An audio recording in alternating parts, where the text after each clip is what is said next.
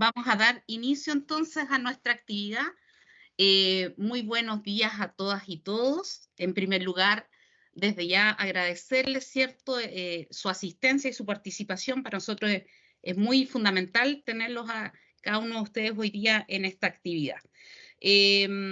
Agradecer principalmente al personaje que es relevante, al señor Igor Valdebenito. Él es jefe del Departamento de Ruido, Lumínica y Olores de la División de Calidad del Ministerio de Medio Ambiente, quien hoy nos va a brindar una charla asociada al tema ruido, lumínica y olores. ¿Por qué es importante tomar conciencia de estos contaminantes? Antes de darle el pase a Igor, en nombre del director del programa de sustentabilidad, el señor Oscar Mercado, y de la Dirección de Formación y Capacitación de nuestra universidad, en nombre de su nueva jefa, que es María de los Ángeles Quincy, les damos la más cordial de las bienvenidas y los invitamos a disfrutar de esta interesante temática. Entonces damos la bienvenida al señor Igor Valdebenito Ojeda. Él es ingeniero acústico de la Universidad Austral de Chile, es magíster en Administración Pública, mención en Medio Ambiente de la Universidad de Columbia de Nueva York. Actualmente es presidente de la Sociedad Chilena de Acústica y tiene una vasta trayectoria con más de 20 años de experiencia trabajando en el sector público, ligado siempre al área ambiental, coordinando la elaboración de regulaciones junto al equipo del ministerio encargado de la gestión de temas asociados a ruido ambiental, las vibraciones, la contaminación lumínica, la contaminación electromagnética y de olores. Actualmente, tal como les mencioné, es el jefe de la unidad de ruido, lumínica y olores de la División de Calidad del Aire del Ministerio de Medio Ambiente, a quien le damos la más cordial de la bienvenida y agradecimientos por estar acá junto a nosotros hoy día. Estimado Igor, adelante. Muchas gracias, Viviana. Muchas gracias por la invitación.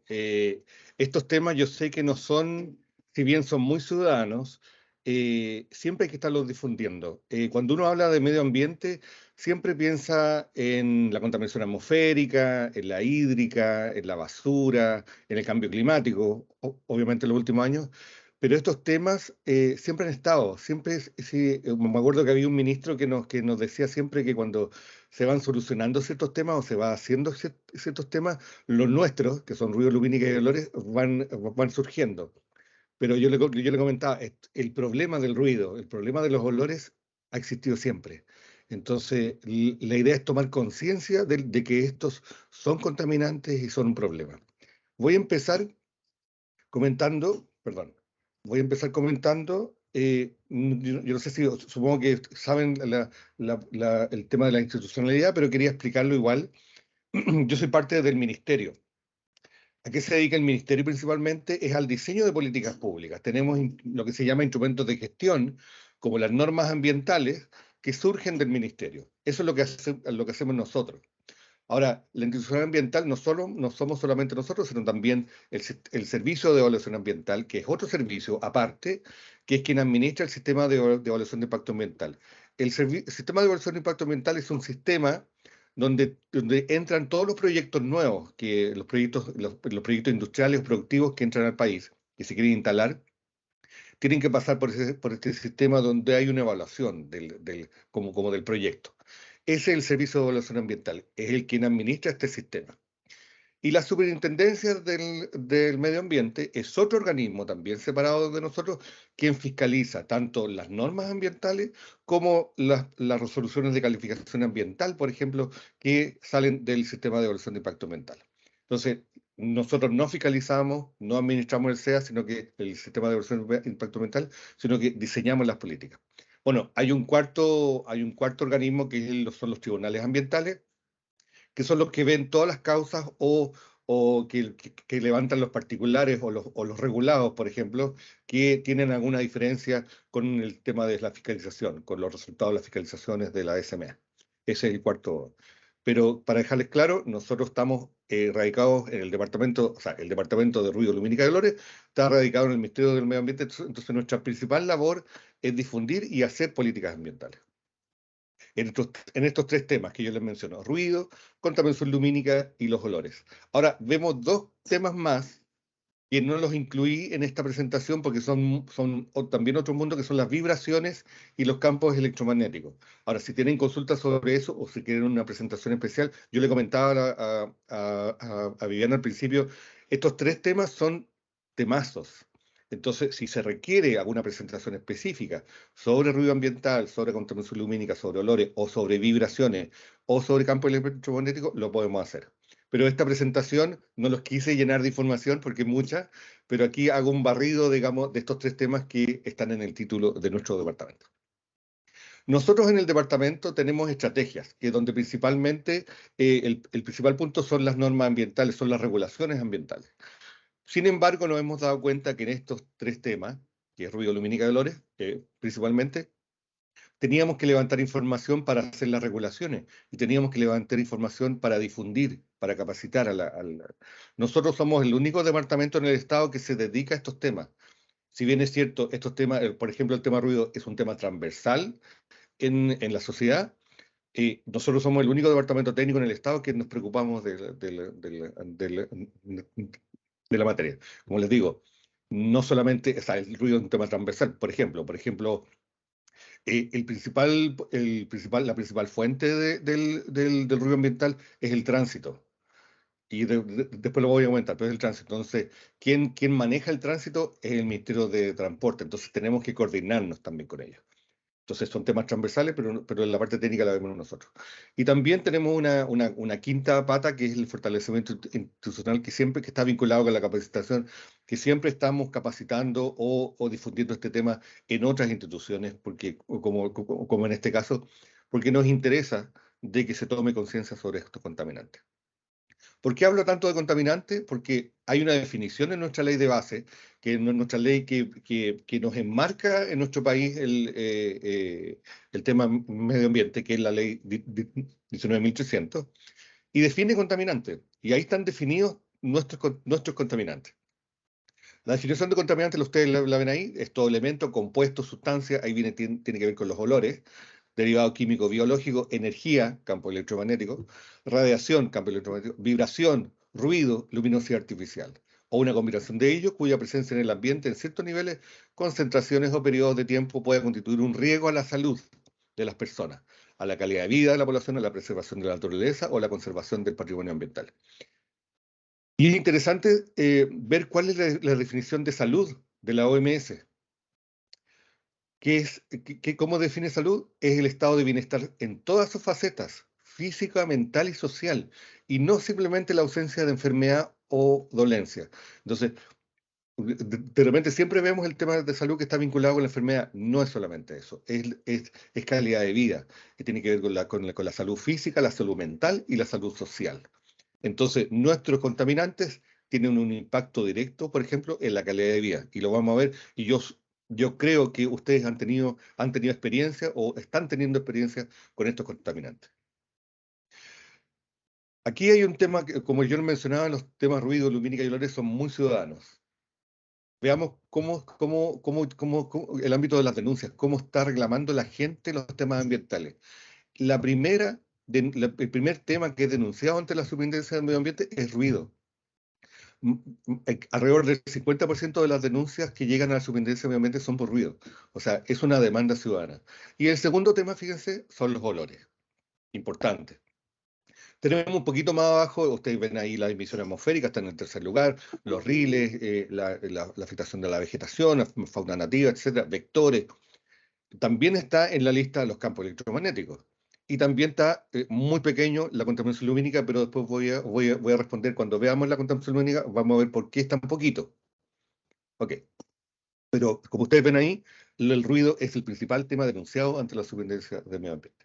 Y vamos a empezar con el tema ruido. El ruido nosotros lo llamamos como un contaminante invisible, porque no lo vemos. Si lo viéramos, nosotros siempre pensamos que si lo viéramos, estaríamos tan complicados como los otros contaminantes. ¿Y qué es el ruido? El ruido puede definirse como cualquier sonido que sea calificado por quien lo recibe como algo molesto, indeseado, inoportuno o desagradable. O sea, tiene una componente subjetiva.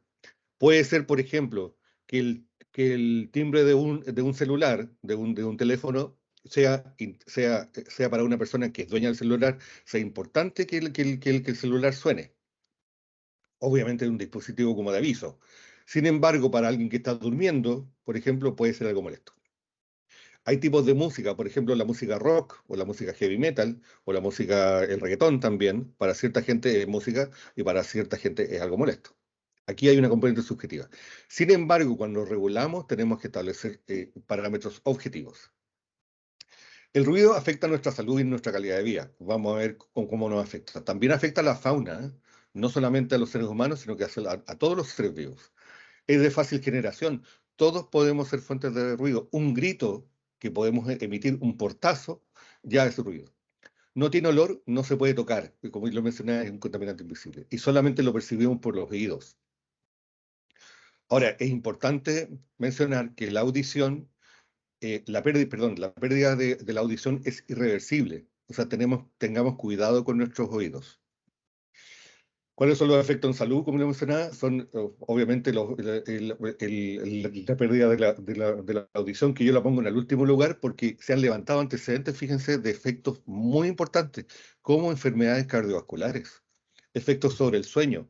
Los efectos sobre el sueño en general, todos los contaminantes o problemas que tenemos en el sueño, que es el natural descanso del cuerpo humano, provocan una serie de efectos posteriores. O sea, el no dormir bien nos trae muchos efectos. Bueno, también efectos del ruido, el deterioro cognitivo, el aprendizaje en los niños se ve bastante mermado cuando una sala de clases tiene mucho ruido, por ejemplo. El tema de la molestia, es allá un efecto, el tema de la molestia por el ruido, y el tinnitus. El tinnitus eso no sé si lo habrán sentido, de repente cuando uno está en un ambiente muy ruidoso y sale del ambiente ruidoso, tiene un pito en el oído. Comúnmente los que alguna vez hemos ido a una discoteca donde hay fuertes niveles de audio, de repente quedamos con un sonido en el oído y eso es el tinnitus. El tinnitus es un aviso de que nuestro tímpano está en alerta y puede ser el comienzo de una pérdida auditiva. Así que ojo con estar en ambiente ruidoso. El ruido es un problema de salud pública. Hay bastante informe tanto de la OMS como de agencias ambientales. En este caso, les menciono, la Agencia Ambiental Europea sacó este informe en febrero del 2020, justo antes de la pandemia. Y la OMS había sacado un último informe muy importante el 2018, donde se hablaba de que el ruido es un importante problema de salud pública. La Agencia Ambiental Europea la señala como el próximo problema ambiental en el mundo. Mírense, fíjense, hay datos, si bien esos datos son de Europa, el sistema auditivo es igual que en todo el mundo, digamos, entonces es posible que tengamos datos similares. 112 millones de personas expuestas a ruido inaceptable de tránsito vehicular. Internacionalmente, las agencias han estandarizado niveles que son aceptables y niveles inaceptables. Y fíjense, 112 millones de personas están expuestas a niveles de ruido inaceptables. 12.000 muertes prematuras al año. 48.000 nuevos casos de cardiopatía isquémica al año. 6,5 millones de personas con alteraciones del sueño. 22 millones de adultos manifiestan molestia crónica y severa. Es un problema bastante grave, sobre todo a gente que está expuesta a altos niveles en su vida diaria.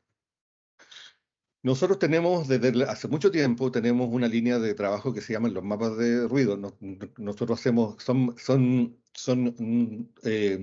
instrumentos como de diagnóstico, de levantamiento de información bastante buenos. Si bien es complejo hacerlo, es por eso que solamente tenemos lo que ustedes ven en el gráfico, son las ciudades que hemos trabajado. No hemos podido avanzar, estamos avanzando, pero no hemos podido avanzar todavía todo el país, pero son las principales ciudades. Ustedes en el último lugar ven el Gran Santiago urbano, y tenemos ahí imágenes de Valdivia, Padre Las Casas, Temuco, Coronel, Coquimbo y La Serena. Y en las barritas verdes, ustedes ven los niveles inaceptables, o sea, sobre el 55 decibeles, que es el nivel recomendado en la noche, y el 65 es el nivel recomendado en el día, que está en la barrita gris. Entonces, si ustedes ven, tenemos un alto porcentaje de población expuesta en la noche en el Gran Santiago Urbano, más que en el día.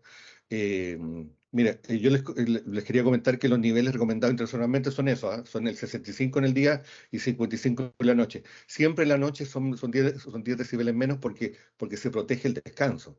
Entonces, si ustedes ven, en el caso del Gran Santiago Urbano, tenemos un 23% de población en Santiago expuesta a niveles inaceptables en la noche y un 12%, un 12,9% en el día. Niveles muy, o sea, tenemos mucha población expuesta a ruido y podemos tener un problema, o sea, tenemos un problema bastante grande que debemos controlar. En el caso de Valdivia, no sé si ustedes en Valdivia, que es la primera ciudad que está arriba, ustedes ven en la noche tiene un 2%, o sea, viene siendo Valdivia teóricamente de las que muestro aquí, es la ciudad más silenciosa. Del mapa de ruido del Gran Santiago, que el último lo hicimos en el 2016, lo vamos a empezar a actualizar ahora, este año. Vamos a tener el informe final el año 2023, pero lo vamos a actualizar. Los mapas de ruido en general se actualizan cada 5 años. Tenemos esos datos bastante importantes que tienen vinculado con los datos que teníamos en salud, de acuerdo a la OMS. En un 3,7% de enfermedades isquémicas del corazón en Santiago son atribuibles a altos niveles de ruido relacionados con tránsito vehicular. Y el 6% de la población en Santiago padece de alta perturbación del sueño. Como yo le mencionaba, la perturbación del sueño tiene efectos posteriores bastante importantes. Aproximadamente 400.000 personas en Santiago.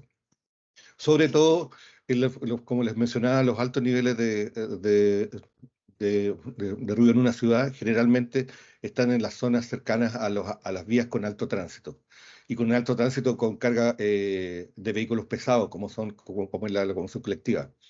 Uno de los lugares más con altos niveles de ruido en Santiago siempre es los que están aledaños a la autopista, por ejemplo, a la autopista central. Esos son los sectores que hemos medido los niveles más altos en ruido. Y algo tenemos que hacer ahí. Ahora, comentarles que igual nos pasó algo con la pandemia bastante interesante. Cuando nos confinamos, el ruido disminuyó.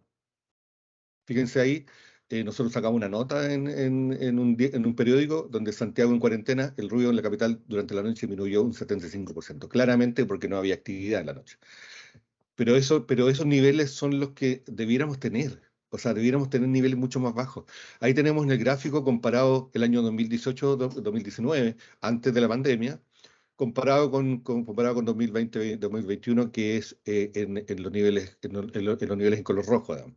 Son niveles, esto es un día completo, ¿ah? Un nivel por un lado del gráfico están los decibeles y por abajo están las horas del día, desde las 0 horas hasta las 24.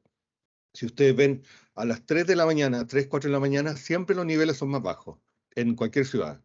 Pero sin embargo, si ustedes ven el gráfico rojo, digamos, la parte más roja, que es los niveles en la pandemia, son niveles mucho más bajos.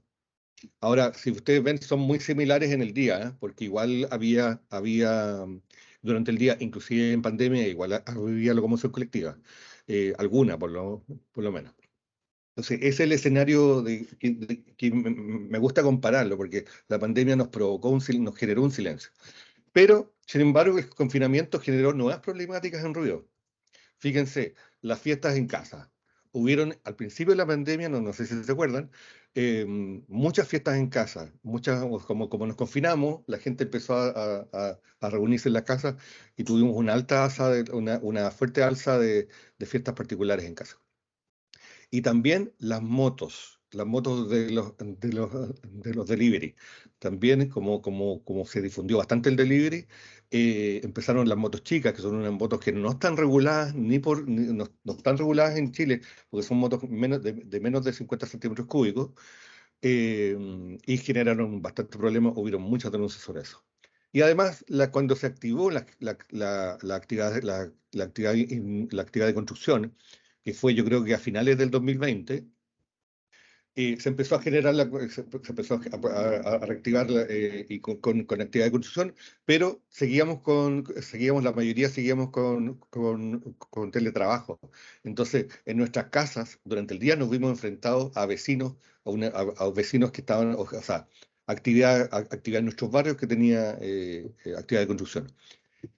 Esto provocó que ahora, si yo le mencionaba que antes de la pandemia era cercano al 50% de las denuncias por ruido eran las más que recibía la Superintendencia de Medio Ambiente, se aumentaron. Ahora creo que van en el 60%.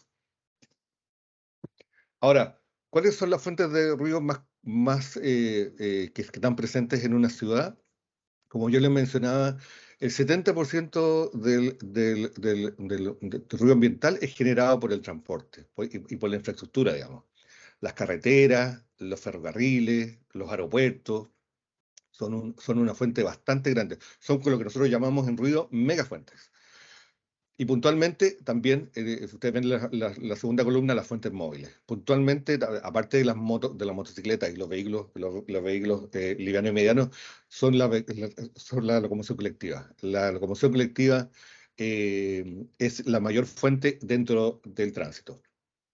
Hay un tercer grupo de fuentes también que son las fuentes fijas, que vienen siendo las industrias, la actividad de construcción que mencionaba y las discotecas. Las discotecas o los bares también son lugares de ocio, que también provocan mucho ruido.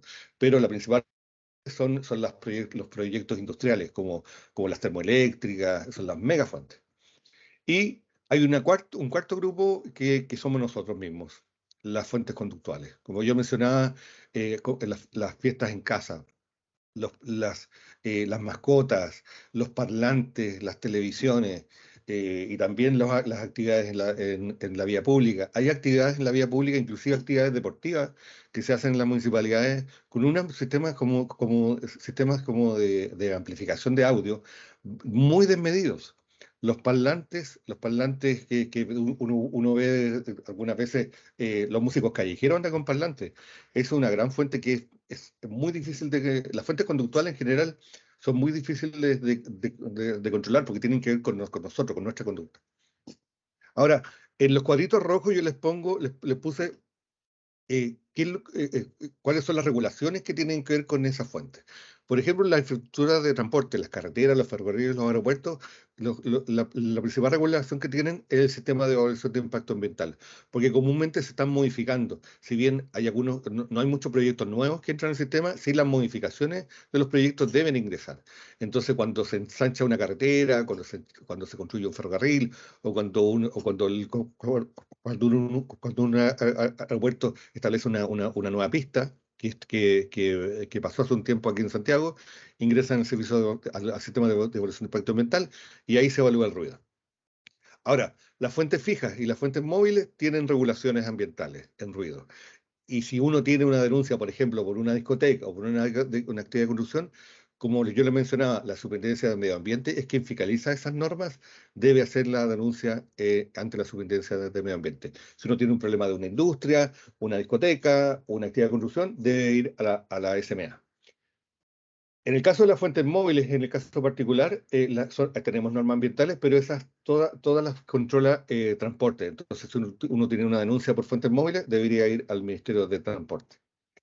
En el caso de las fuentes conductuales y locales, como actividades en la vía pública, esos están regulados por las ordenanzas municipales. Entonces, si uno tiene un problema con un vecino, debiera llamar a un inspector municipal. Vamos a seguir con los olores. ¿Mm? Como para que nosotros, yo no sé si estoy bien con la hora, pero me avisa Viviana si estoy muy lento. No hay El problema. tema el tema de los olores es un tema también que nosotros abordamos porque hay muchos problemas en el tema industrial, como lo mencionábamos al principio, como los planteles porcinos. Ahora, ¿qué es el olor? El olor es la propiedad de una sustancia de activar el sentido del olfato. En el caso del ruido, hay maneras de cómo medir cómo medir con instrumentos que se llaman sonómetros. En el caso del olor, no existe un instrumento. En el caso del olor, el instrumento más sofisticado para medir olor es la nariz humana. Entonces, si bien se puede medir el olor, todos los métodos de medición de los olores tienen en alguna parte de la cadena una nariz. Los olores y su regulación no están basados en la toxicología. Los olores tienen que ver con, o sea, lo que nosotros llamamos olor tiene que ver con una detección temprana, que nuestra nariz siempre hace. Es súper sensible a los olores. No estamos hablando, ya cuando hay un olor tóxico, ya tiene que ver con otra cosa, digamos. Esto estamos en un tema muy temprano en donde se manifiesta la molestia. Y cuando se genera una molestia, aquí hay una escala que se llama la escala Fidol, que ahí son las iniciales de cada palabra, y tiene que ver que la molestia por un olor tiene que ver con la frecuencia, por ejemplo. ¿Cuántas veces en el día o en un periodo estás afecto a un olor? También tiene que ver con la intensidad. Hay olores más fuertes, hay olores más débiles. Con la duración, ¿cuánto tiempo uno está expuesto al olor? La ofensividad, hay olores más ofensivos que otros. Y la localización también tiene que ver, o sea, si estamos cercanos o lejanos a una fuente de olor. Esos parámetros se llevan a una tabla, se llevan a un método y ahí se establece un parámetro objetivo de cómo medir el olor. Pero como yo lo mencionaba, nuestra nariz es el instrumento más sofisticado y siempre cuando se mide el olor en alguna parte de la cadena, si bien están estandarizados los procedimientos, siempre hay un olor o sea, perdón, una nariz humana en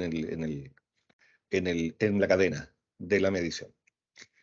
Las principales fuentes generadoras de olor, como les mencionaba, son las siguientes. Son los planteles porcinos.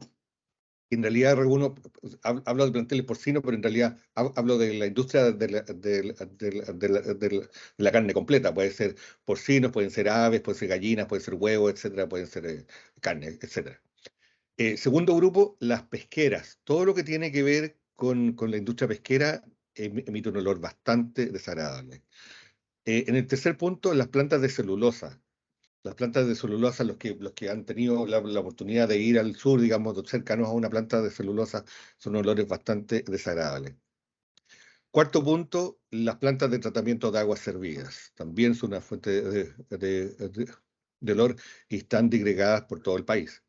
Y la quinta fuente, o claramente, son los vertederos, que podemos saber, podemos tener claramente qué es lo que significa eso.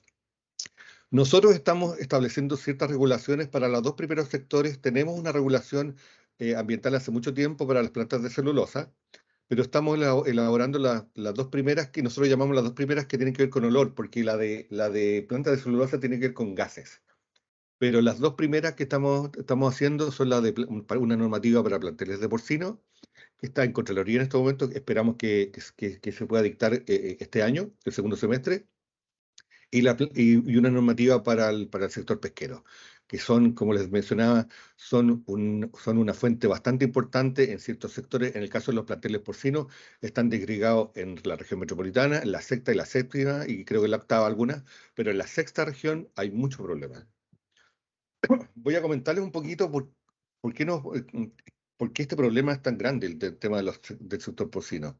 No sé si se acuerdan el año 2012 lo que pasó en Freirina. Fue un conflicto bastante importante, fue un conflicto social que provocó un problema bastante grande, que fue un conflicto que a nosotros nos hizo empezar a trabajar, si bien habíamos trabajado, teníamos una gestión desde los años 90. Este caso, el que pasó con Frigrina y los chanchos y la planta porcina, nos significó que tuvimos que tomar el tema mucho más en serio. Y aquí evidenciamos, les quería comentar un tema bastante importante, ¿eh? Que nosotros tenemos en Chile, tenemos planteles pequeños, tenemos planteles medianos, tenemos planteles grandes. Ahí ven ustedes que esos números indican las cabezas o el número de chanchos que están en esos planteles. Los planteles pequeños que nosotros llamamos son de 750 chanchitos hasta 12.500. Los medianos de 12.500 hasta 25.000. Los grandes sobre 25.000. Pero nosotros en Chile tenemos mega planteles. Tenemos un plantel que tiene 400.000 cerdos. Es una cantidad impresionante de cabeza. Entonces, si nos imaginamos que un plantel, que un plantel común, un grupo de cerdos tiene olor, imagínense cuál es el olor que emite un plantel que tiene 400.000 cerdos. En el caso, el de ese plantel tiene una comunidad cercana, en donde es una comunidad bastante pequeña. Hay 135 cerdos por cada habitante del pueblo más cercano. Hay más chanchos que personas. Y fíjense, internacionalmente, porque nosotros o sea, para hacer la regulación investigamos internacionalmente cómo se regulaba en el mundo, y en otros países, en la mayoría de los países, el tamaño de los planteles son de 10.000, es lo que nosotros llamamos pequeños. Entonces, nos tocó ir a una conferencia internacional a exponer lo que estábamos haciendo y no nos podían creer de que en nuestro país tuviéramos planteles porcinos tan grandes. Y es por eso el problema que nosotros tenemos en el país, porque la dimensión de plantel porcino es tan grande que es, inclusive con toda la tecnología disponible de abatimiento de los dólares, es demasiada la cantidad. Y el tercer tema que les quería comentar es el tema de la contaminación lumínica. La contaminación lumínica es la luz que se emite por el alumbrado público. Pero fíjense en esta imagen. No es en Chile, afortunadamente. Creo que esto es Chicago, creo que en Estados Unidos. Si bien esta imagen, si bien puede ser bonita, esta imagen, fíjense en la cantidad de luz que se está emitiendo en la ciudad, tanto que las nubes se ven claramente. O sea, hay una cantidad impresionante de luz que se emite hacia el cielo, que no tiene una función. ¿Por qué? El ser humano, cuando tuvimos el tema de la industrialización y y se inventó la luz eléctrica, la finalidad era para el normal desplazamiento, como para poder estar en la noche, como para seguridad, etcétera. Pero en la superficie, en donde nosotros nos desplazamos, no en el cielo. Entonces, hay un derroche energético bastante importante que en estos momentos, como mencionaba Viviana, el planeta no se puede dar el lujo de estar haciéndose este derroche también energético. Ahora, aquí tengo una imagen bastante decidora sobre el control de la contaminación lumínica. Nosotros tenemos una norma en nuestro país que regula la contaminación lumínica desde los años 90. Solamente, eso sí, solamente está vigente en el norte del país. Después les voy a comentar por qué está vigente en la región de Antofagasta, de Atacama y de Coquimbo. Y aquí tenemos una imagen de La Serena, de la conurbación de La Serena y Coquimbo antes de la norma y después de la norma. Fíjense el derroche energético que había antes de la norma. Se ve como la luz, como una luz como un halo de luz, bastante importante. Y después de la norma, con la regulación, hay luz, obviamente tenemos imágenes, obviamente que la luz está más repartida en el suelo, digamos, pero tenemos en ese caso un ahorro estimado de 40%. Imagínense lo que estamos gastando en estos momentos. Bueno, ahí tengo la definición de luminosidad artificial, que es el contaminante que genera la contaminación lumínica. No es cualquier luminosidad artificial, ¿ah? Es solamente la que por su color, su distribución a niveles, genera impacto en el cielo nocturno, en la biodiversidad y la salud de las personas. Por ejemplo, el lanzar luz hacia el cielo, que es un sinsentido, ahí estamos hablando de la distribución. En cambio, el tema de los niveles, estamos hablando de repente hay lugares en la ciudad donde hay mucha potencia, donde hay mucha luz. Yo me acuerdo cuando yo era niño, yo tengo mis años, cuando era niño, en mi casa mis padres compraban las ampolletas y compraban ciertas ampolletas de 100 watts, otras de 40, otras de 60, dependiendo de los usos, dependiendo del lugar de la casa donde se usaba. Eso debería ser lo mismo en una ciudad. No debiéramos tener niveles tan altos de potencia donde no se necesita, y sí donde se necesita, pero debiera haber una racionalidad en el uso de la luz. Ahora, ¿por qué hablo de biodiversidad y la salud de las personas? Porque nosotros empezamos a regular la contaminación lumínica por la observación astronómica y por eso lo gatillo con el norte del país. porque en el norte del país está el 70%, fíjense, de la observación astronómica mundial. Están tres más grandes consorcios de observatorios astronómicos están en el norte del país. Se han hecho grandes descubrimientos en el norte del país de Chile, y que han generado ciencia y han generado premios Nobel, etcétera. Y nosotros empezamos a regular en el país porque esto que pasaba, por ejemplo, en Serena, le estaba complicando al tololo. El tololo no estaba a su máxima capacidad porque empezó a mermar la visión del cielo con la contaminación lumínica. Perdón. Sin embargo, en los últimos años nos hemos dado cuenta que no solamente la contaminación lumínica altera la observación astronómica, la ciencia, sino que también tiene efectos en salud, en nuestra salud y en biodiversidad. Lo voy a comentar. Genera importante, como le mencionaba, el principal y por qué tenemos la norma solamente en el norte, porque sabíamos de los antecedentes de impacto de la contaminación lumínica en la observación astronómica. Sin embargo, en esto yo creo que en estos últimos 5 años hemos tenido altos impactos, hemos documentado altos impactos en biodiversidad y en salud. ¿Qué pasa con la biodiversidad?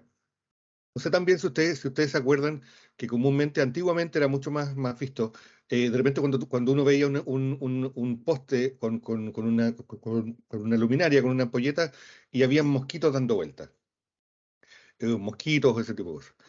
Eso pasa con la mayoría de las aves en general. Es un efecto que las aves como se sienten atraídas por la luz, revolotean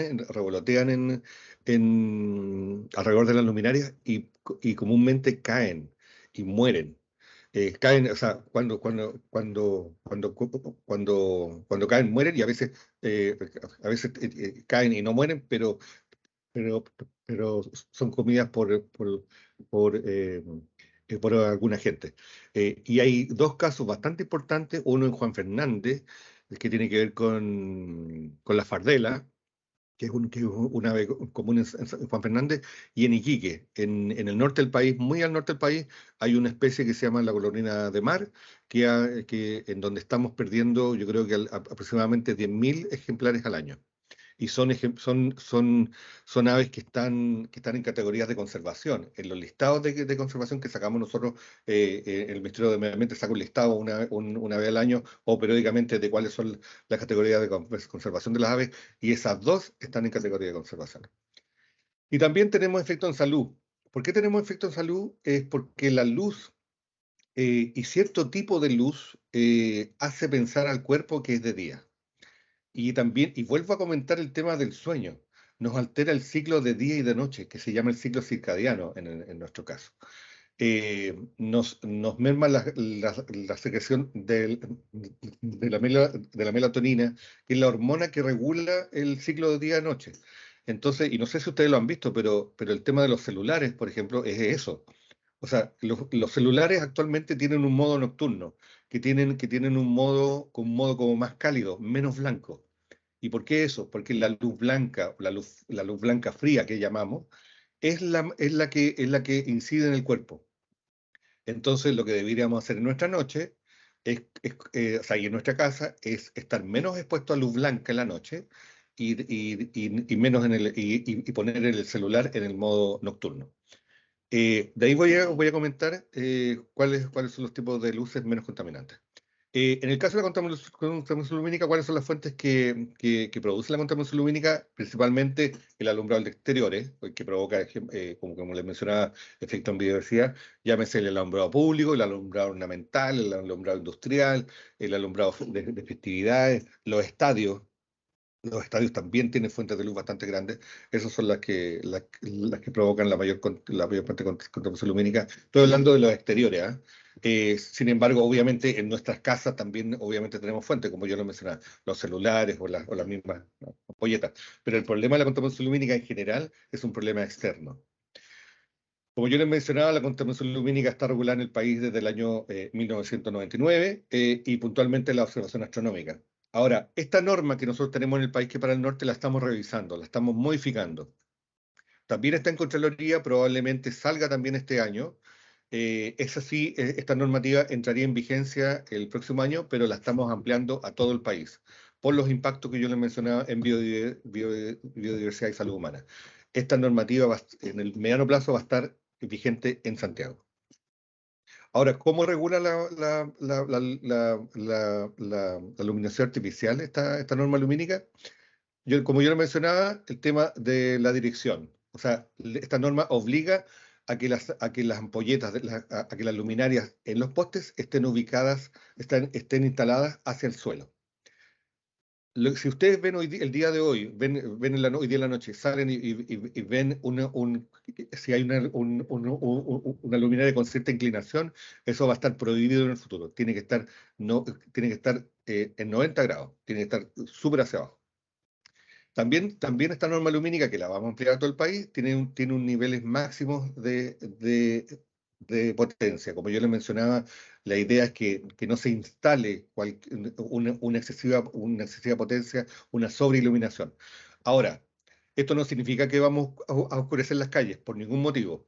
Existe otro reglamento que es de energía, que se llama Reglamento de Alumbrado Público, que esos establecen los mínimos por seguridad y por desplazamiento, por el tránsito vehicular y todo. O claramente tenemos que tener luz. Eso nadie dice que no. Pero lo que nosotros vamos a poner en la norma es un máximo. Entonces, el reglamento del alumbrado público va a establecer un mínimo, nosotros vamos a establecer un máximo para que se evite la sobreiluminación. Y también estamos regulando el tema del color. Estamos intencionando a que en el alumbrado público existan colores más cálidos. Lamentablemente, las municipalidades, inclusive en estos momentos en la región metropolitana, se está instalando mucho LED blanco. Existe el LED cálido también en el mercado, pero se están instalando el LED blanco, desconozco cuál es el motivo, pero ese LED blanco es contaminante. Entonces, en el mediano plazo, las municipalidades van a tener que recambiar. Y también estamos regulando en la norma lumínica las pantallas publicitarias. Las pantallas publicitarias puntualmente tienen brillo. Igual que una pantalla que uno tiene en la casa, como en computador o en la televisión, uno puede cambiarle el brillo. Y la idea es que no haya un sobrebrillo. Inclusive las pantallas publicitarias cuando tienen mucho brillo generan encandelamiento y han generado algunos accidentes de tránsito. Entonces a las pantallas publicitarias le vamos a poner un máximo de brillo. ¿Cuál es el tema de color que yo he insistido aquí en esta última parte? El tema del color, de la luz fría. Ustedes ven ahí, esto es un caso en la municipalidad, creo, de San Miguel.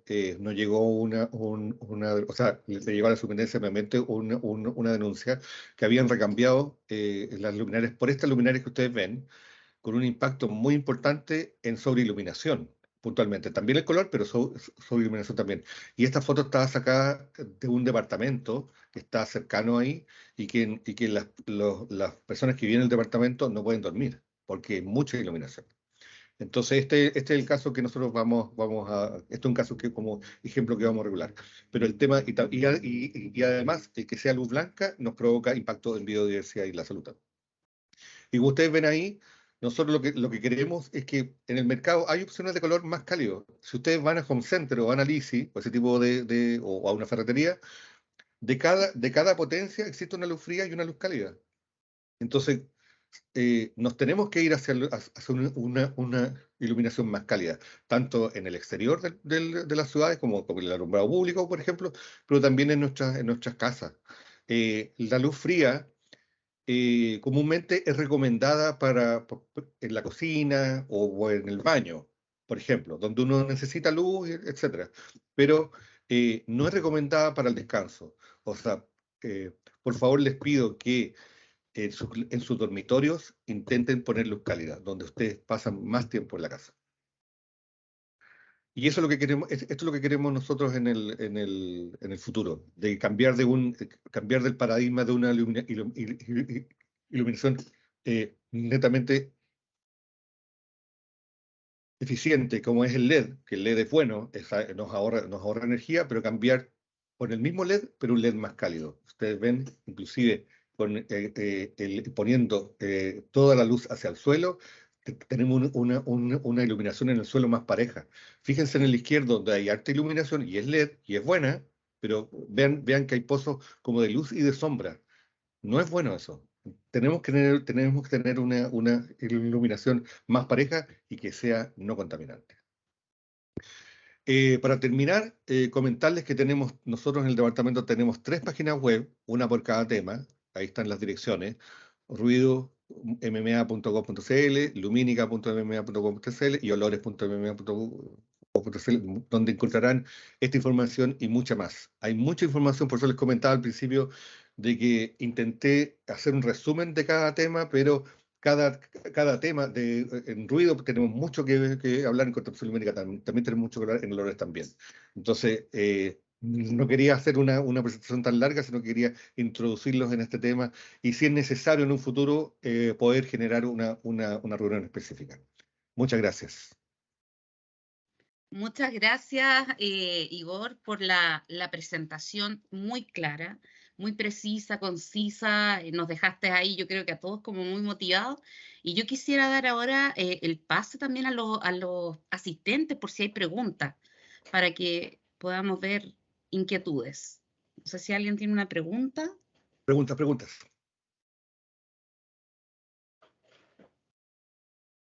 Juan Carlos, no sé si estás preguntando, pero no se escucha, por si acaso. No se escucha. A ver. Eduardo tiene la manito levantada. Tenía 2 preguntas, profesor.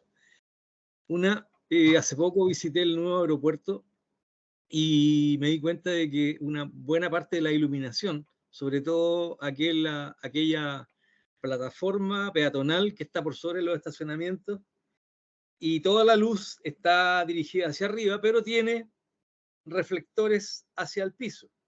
Se ve muy bien. No sé si eso afecta o no afecta, eso por un lado. Y la otra pregunta, si hay algún estudio específico que usted recuerde, si es que se ha hecho, vinculado a la contaminación acústica de la zona del metro Toesca, donde se une con carretera, bueno, estación de metro, autopista, quiero decir, por lado y lado. Los que somos usuarios de esa zona lo consideramos espantoso, pero ¿cuánto más para el trabajador o trabajadora que está todo el día ahí? No sé si hay algún registro de aquello. Esa sería mi pregunta. Sí, en el mapa de ruido que nosotros hicimos uno el 2011, lo actualizamos el 2016 y ahora lo estamos actualizando como lo mencioné. En ese mapa se identifica claramente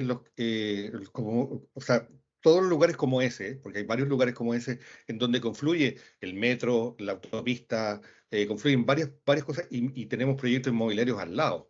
Entonces, esos son los casos críticos que nosotros tenemos aquí en Santiago y por eso cuando yo digo que hay 400.000 personas con alta perturbación del sueño, yo me refiero a esas comunidades. Porque nosotros, no lo mencioné, pero estamos trabajando en una regulación que es una regulación de calidad. No es una norma como la que tenemos nosotros como por fuente. Una norma de calidad tiene que ver con establecer un estándar en el ambiente, que eso lo estamos elaborando, y en este momento tenemos una norma de calidad de aire. ¿Y por qué tenemos un plan de descontaminación en la región metropolitana? Es porque esos niveles de la norma de calidad se han superado. ¿Y por qué digo esto? Porque probablemente en un futuro tengamos un plan de descontaminación por ruido. Y lo que queremos solucionar son esos problemas. Porque puntualmente, como les mencionaba, tenemos, en el caso de la autopista central, nuestra oficina está en San Martín, tenemos mucho más cerca de la autopista central, donde también está el metro, confluye, hay tacos, las bocinas. Tenemos una comunidad muy expuesta a altos niveles, como la que usted menciona, y tenemos que hacer algo. Ahora, el problema del ruido tiene que ver con planificación territorial, o sea, ¿quién permitió el proyecto inmobiliario tan cerca de la carretera o la carretera ahí tan cerca del proyecto inmobiliario? Eh, y en el mundo es muy complejo solucionar estos temas que ya están. Ahora, lo que se ha visto en el mundo es que, y queremos avanzar en esa materia, es que se establezcan como ciertos parámetros de aislamiento acústico mínimo para las fachadas, que no existen en nuestro país, no existe aislamiento acústico mínimo en las construcciones.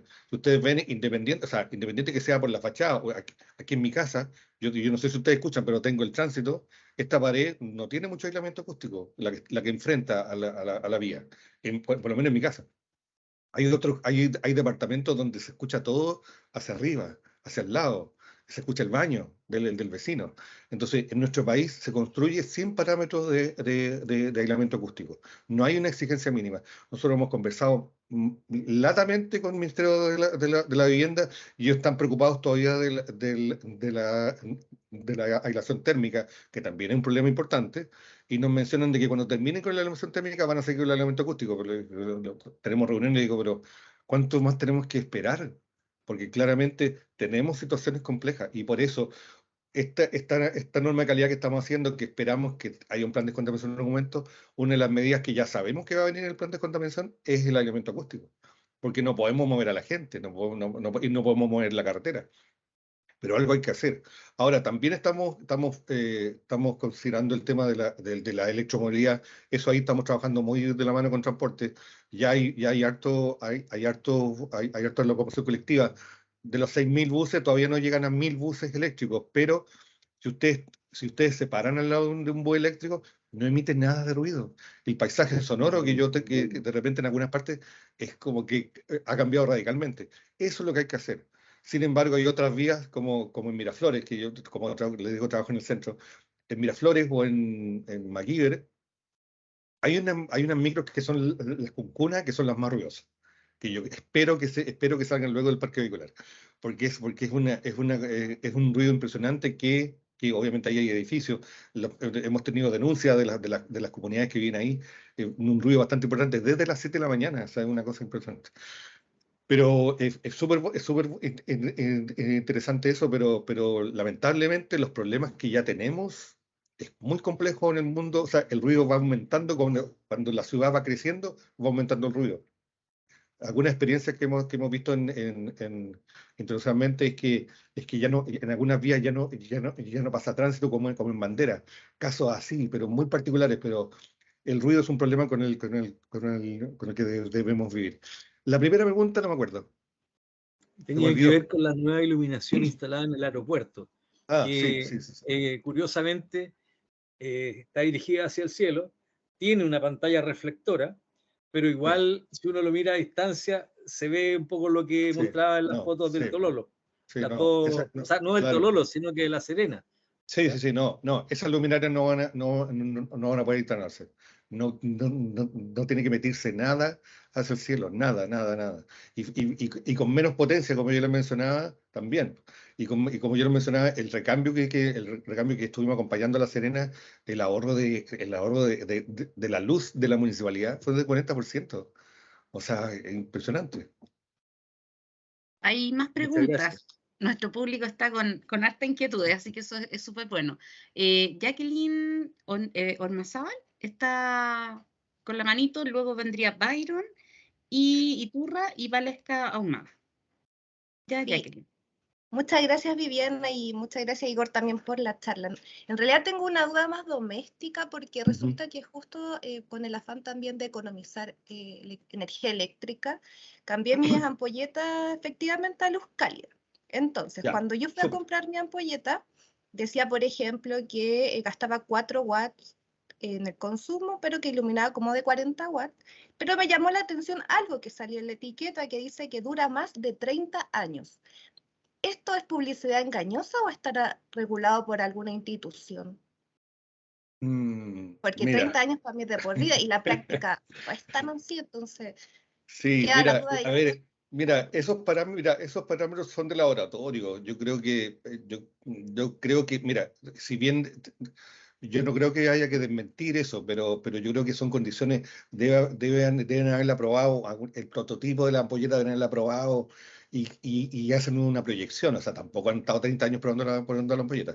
Yo creo que es una proyección, pero efectivamente yo creo que las ampolletas que yo tengo, que las cambié, también duran, pero no duran eternamente. Yo creo que ya hay algunas que están fallando de mi casa. Entonces, yo creo que si bien el dato puede ser de laboratorio y una proyección, yo creo que es publicidad engañosa. Publicidad engañosa, eso igual debería ser regularizado de cierta manera porque uno trata de colaborar con el ambiente, con el medio ambiente, ¿cierto? Buscando ciertas Sí. alternativas, pero claro, es como un engaño en algunas Ahora, cosas. ahora, Entonces mira, también, ciertamente las luces LED o sea, duran mucho más que las de filamento. ¿Se acuerdan? Las de filamentos duraban bastante poco. Y la tecnología ha ido mejorando y seguramente duran mucho más, pero no te sabría decir si 30 años. Sí, 30.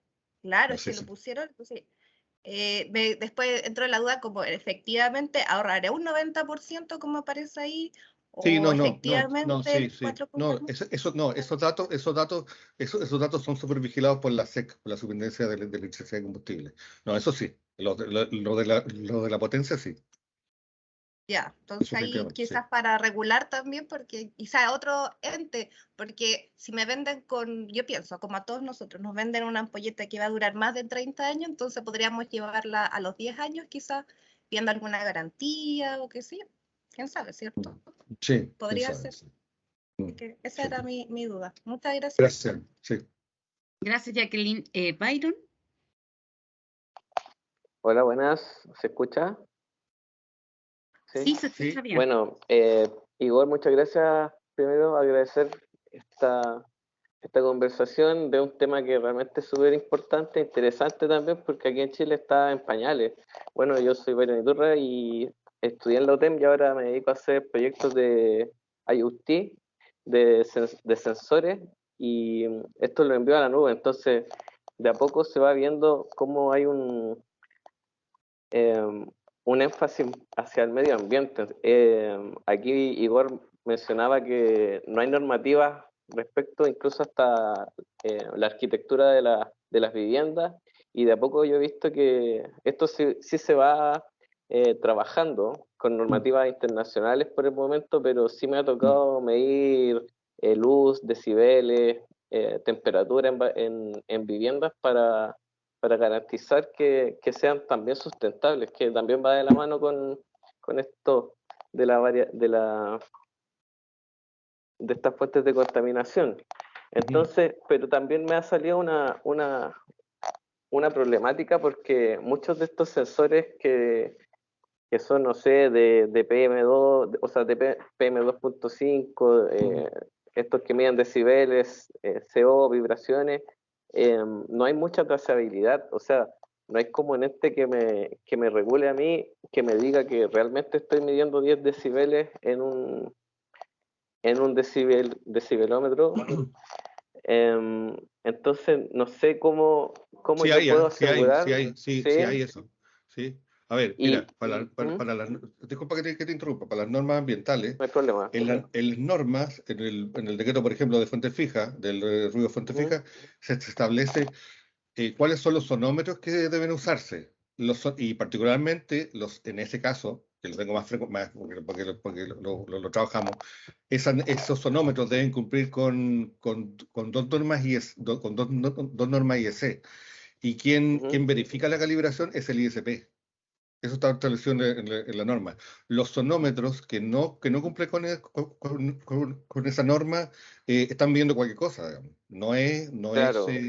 Entonces, lo que nosotros hemos visto con los low cost, porque ahora hay harto low cost, hay harto equipo low cost, hemos probado algunos que los instalamos al lado de una estación de monitoreo que está certificada, digamos, por el ISP, y miden casi lo mismo, pero eso hay que hacerlo. Pero, por ejemplo, los celulares, uno puede bajar una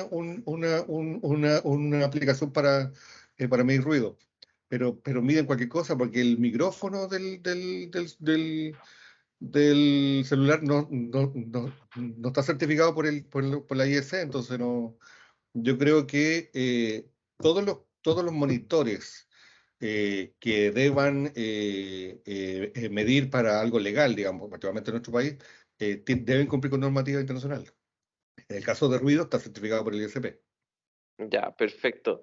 Sí, bueno, y en realidad es una de todas las variables medioambientales, porque, como te comentaba, también tengo CO, CO2, material particulado. Entonces, esa no sé cómo le hacen trazabilidad, quién es el Mira, encargado de... sí, ahí no sé, porque yo no trabajo en aire, pero Ya, o sea, yo te lo puedo consultar con los colegas que trabajan ahí. No sé si te puedo mandar el dato, Viviana, después, Sí, pero por lo menos el de ahí ruido tiene que ver con el ISP. ya, Y hemos perfecto. encontrado que no, lamentablemente encontrado que no todos cumplen con la norma IEC, ¿eh? Claro, sí, es que eso es lo que pasa, porque llega mucho, me ha tocado mucho ver sensores chinos de estos baratos, y claro, me dicen, no, si está midiendo bien, pero en realidad no hay cómo, no hay trazabilidad, es muy difícil obtener la trazabilidad, Sí, pero distinto a temperatura, por sí, ejemplo. sí, claro, claro. Yo creo, mira, yo lo que sí encuentro bueno de los low cost y de los, inclusive de los celulares que tienen aplicaciones de ruido, es que te dan como una información, te dan algo, como igual tampoco son malos, pero, Ujú. pero muchas veces miden cualquier cosa. Entonces, la idea es como tener, o sea, uno podría tener como una cierta referencia con los equipos, con los low cost, pero ya hacer una medida o utilizarlo en el ámbito jurídico, ponte como una demanda, ponte. No, no, en ese caso no. Perfecto. Y bueno, siguiendo, quisiera saber algo técnico porque, por ejemplo, si yo midiese los decibeles, que es lo que decía aquí el caballero Eduardo, en, ahí en Toesca, ¿qué pasa si, o sea, cómo van a ver ustedes la regulación de eso respecto a quién va a ser el culpable de emitir esos ruidos? Porque cómo piensa que se va a enfocar eso en los vehículos, en el metro, en la zona, en la municipalidad? ¿Quién va a ser el responsable de que si se pasa esos niveles de ruido? Buena pregunta, pero sí, pero se puede. O sea, uno puede identificar con métodos de medición. Por ejemplo, hay micrófonos que son más direccionales que otros, por ejemplo. Entonces uno claramente puede identificar con estación de monitoreo cuál es la fuente. Ahora, inclusive nosotros queremos implementar, no lo hemos hecho todavía, estamos implementando un proyecto con la Universidad Austral de inteligencia artificial, que es una cosa que se está usando en algunas ciudades del hemisferio norte, en donde cada sonido tiene un parámetro, o sea, tiene una huella, por así decirlo. El paso de un vehículo tiene una huella, una bocina tiene otra huella, el metro tiene una huella. Entonces, estamos trabajando en eso de forma tal de que en algún momento podamos identificar, con una grabación, podamos identificar cuál es cuál, digamos. Y en ese sentido vamos a atribuir las responsabilidades a cada uno, digamos. Probablemente sean todos, ¿eh? En ese caso, probablemente sea problema del metro, sea problema del tránsito, sea problema del vehículo, sea problema de la ventana, de todo. En ningún caso el ruido tiene una solución per se. Siempre son varias soluciones. Claro. Sí, bueno, igual está interesante eso que me dices, porque de hecho ya me lo imaginé cómo se puede hacer. Mira, hay un Eh, proyecto que está en Nueva York que se llama, no me acuerdo, también se lo puedo mandar en este momento, no me acuerdo muchas cosas, pero se la mando a la Diana, que en este momento hay un proyecto en Nueva York que es de reconocimiento de fuentes, que es por inteligencia claro, artificial.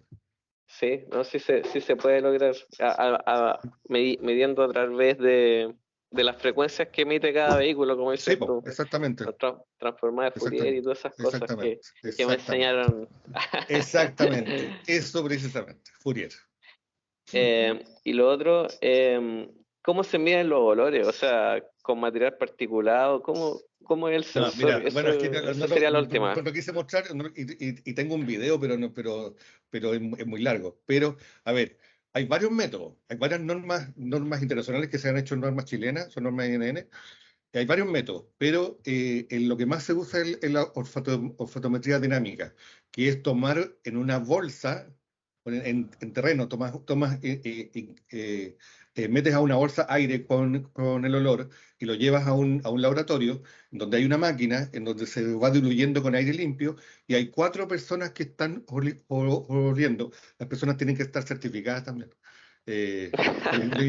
Como yo le mencionaba, la nariz es el mejor instrumento. Entonces, hay máquinas con 4 personas y 6 personas. Entonces, las 4 personas tienen que, igual que no sé si se han hecho una audiometría, que está ahí con un botoncito.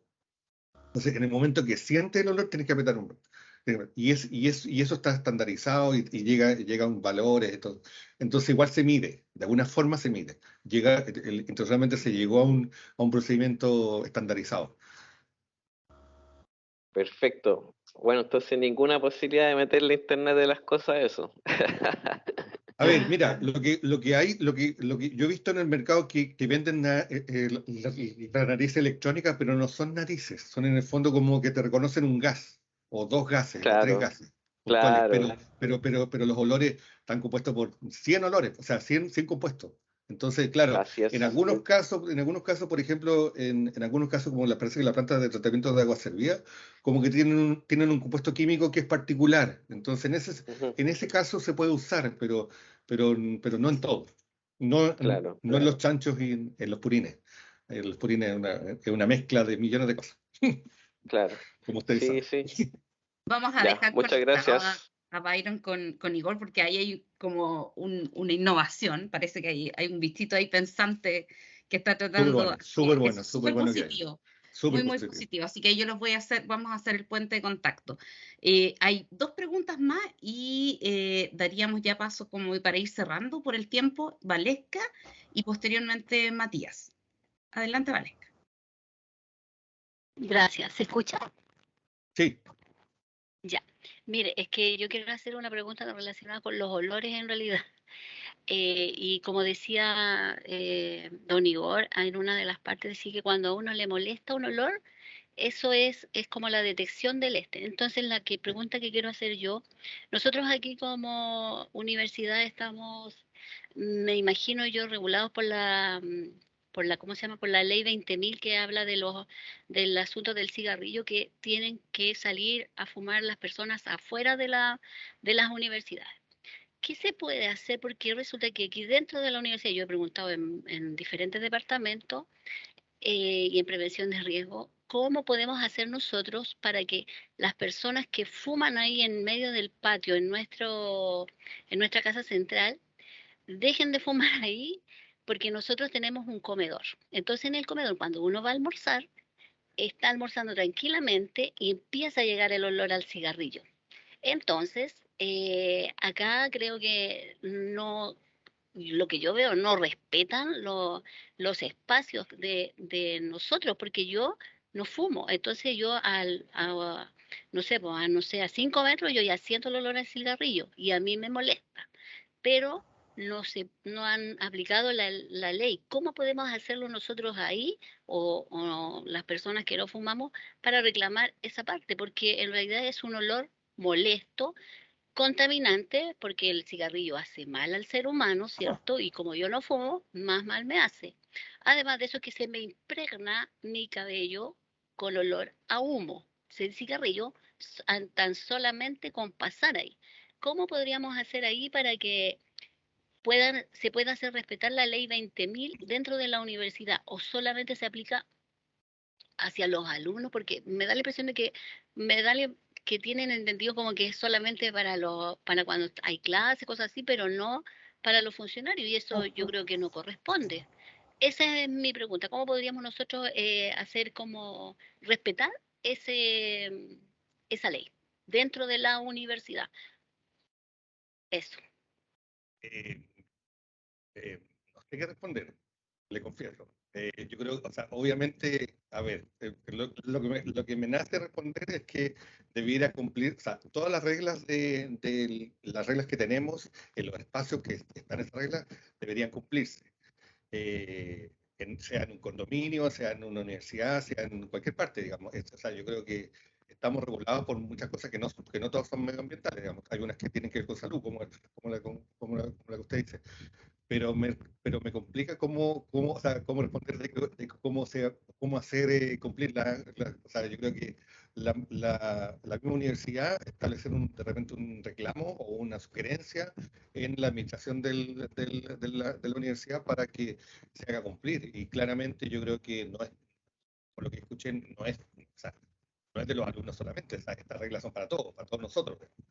Entonces, yo creo que igual hay un caso ahí que debieran ver internamente. Ahora, y para complementar, tal como el ruido, como yo lo comenté en el caso del ruido, el tema conductual, en el fondo, es muy complejo de regular.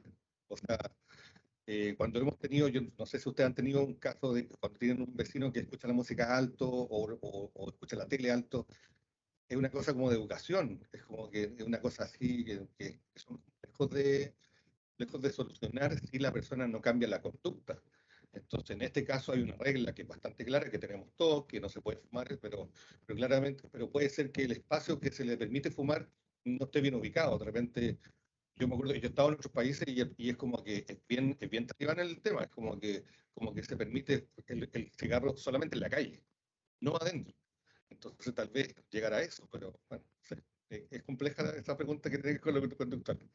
A mí me gustaría ayudar a Igor un poquito en esta temática Sí, y comentar que hace ya un par de años atrás el programa Sustentabilidad estaba consciente de este tema y de hecho trató de propulsar UTEM libre de humo, que es una estrategia. Pero efectivamente, si ustedes se dan cuenta, las señaléticas en algunas dice zonas sin libre de humo, pero como no puede ser todo así como al 100% de inmediato, se tuvo que seleccionar un espacio como para que aquella gente que fuma, ¿cierto?, pudiera, pero tal vez lo que hay que hacer ahí es volver a retomar y relocalizar ese espacio a un espacio quizás más al exterior de la universidad, que no impacte directamente. Y bueno, está presente acá, de ahí yo la iba a presentar, María de Los Ángeles Quincy, quien también juega un rol súper fundamental en esta temática. No sé, a lo mejor puede aprovechar, yo la aprovecho de presentar.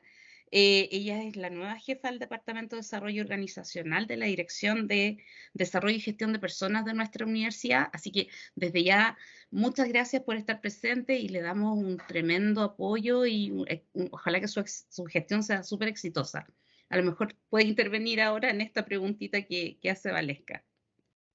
Muchas gracias Viviana, muchas gracias Igor también por la interesante charla. Espero que esta se repita y que vamos a seguir contando con él. Yo creo que ahí tienen una buena alianza con Viviana.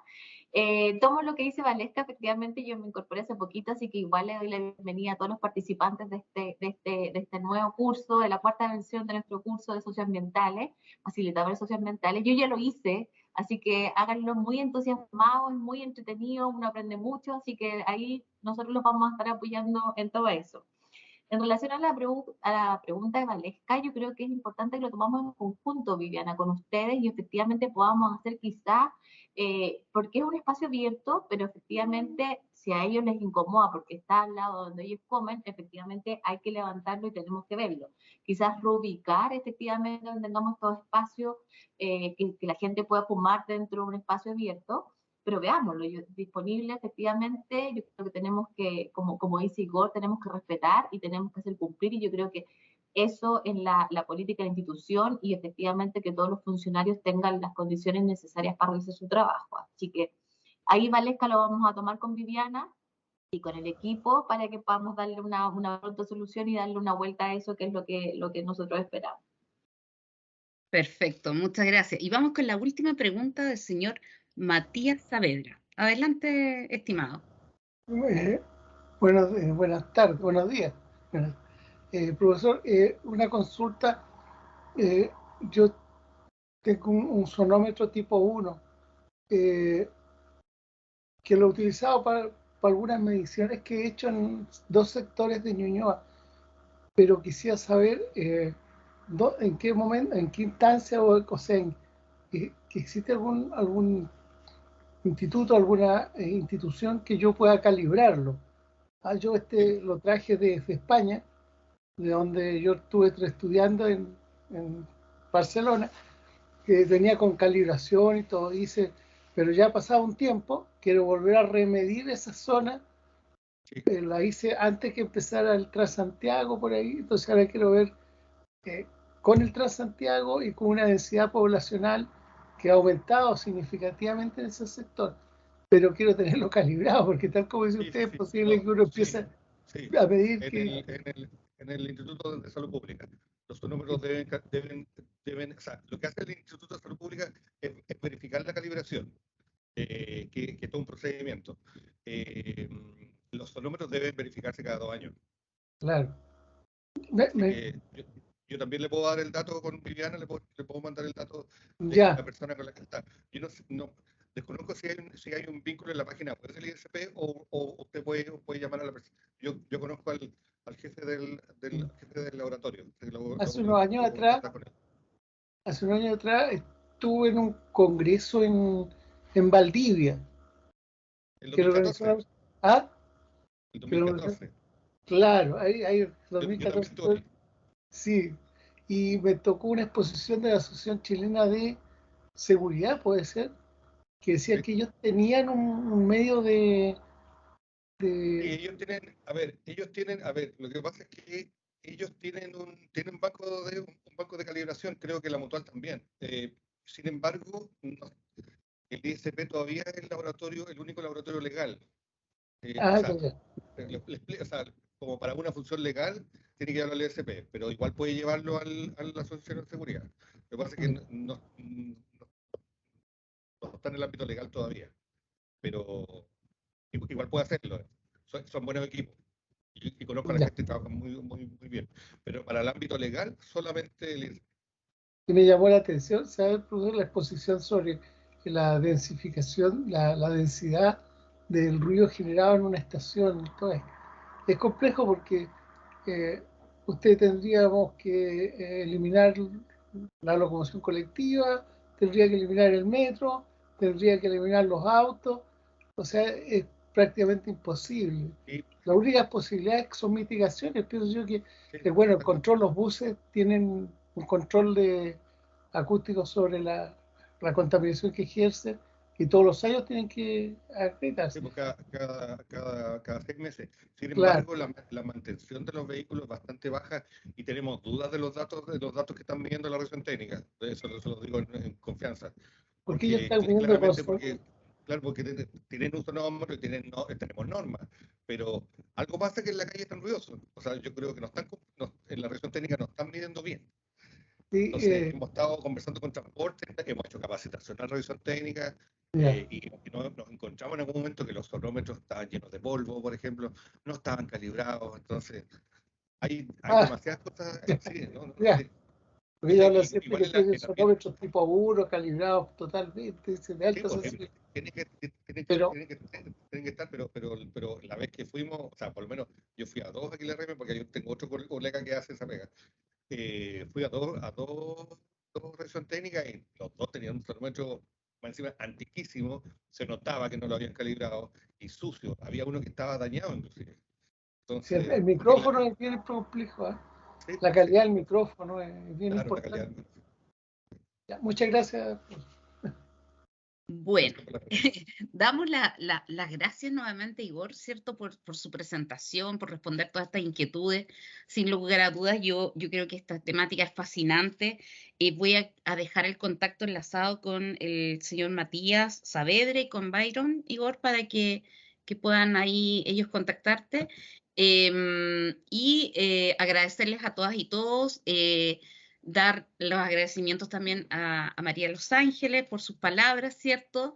Y tal, ella fue ya partícipe de una versión anterior, así que agradecer su motivación también. Contarles que ya está disponible a partir de hoy día el módulo 3 del curso. En él van a ustedes tener información respecto de la huella de carbono, de la gestión energética. Es súper interesante la temática que van a poder desarrollar. Si no me equivoco, este módulo tiene 2 semanas para su desarrollo porque es un poquito más extenso. Así que invitarlos a cumplir los pasos del curso. Ayer cerró el módulo 2 de biodiversidad y son temas que son transversales. Aquí nos dimos cuenta cómo la contaminación lumínica altera, ¿cierto?, a la biodiversidad. Sobre todo tenemos muchas aves nocturnas que son vitales en los roles ecosistémicos que ellos desempeñan en nuestros ambientes. Y no pensemos solo en el campo, sino que aquí en la ciudad tenemos muchas especies de gran valor. Entonces, la misma acústica, vemos cómo estos temas cruzan. Así que yo por mi parte agradecerles. No sé, María Los Ángeles, si quieres dar unas palabras nuevamente antes de que terminemos. No, solo agradecerles a todos y a todos y la motivación para que terminen el curso, para que sigamos siendo un mejor equipo de facilitadores. Y de verdad que está muy bueno el curso, es muy interesante, así que háganlo y ahí los vamos a estar apoyando en lo que ustedes necesiten. Y vuelvo a darles las gracias, muchas gracias a Igor. Espero que volvamos a tener la oportunidad de seguir contando con tu presencia en estas charlas que son muy, muy, muy interesantes y nos ayudan como institución a seguir mejorando. Así que muchas, muchas gracias. Muchas Gracias por la gracias. invitación. Muchas gracias por la invitación. Gracias, Igor, por apoyarnos y estar y considerar que son nuestros aliados fundamentales en esta versión del curso Facilitadores Socioambientales. Muchas gracias a todas y todos, que tengan una excelente jornada y que lleguen todos muy bien a sus hogares. Que estén muy bien, gracias. Chao, chao. Chao, chao, Muchas gracias a ustedes. Gracias. Chao, chao. Gracias, muy amable.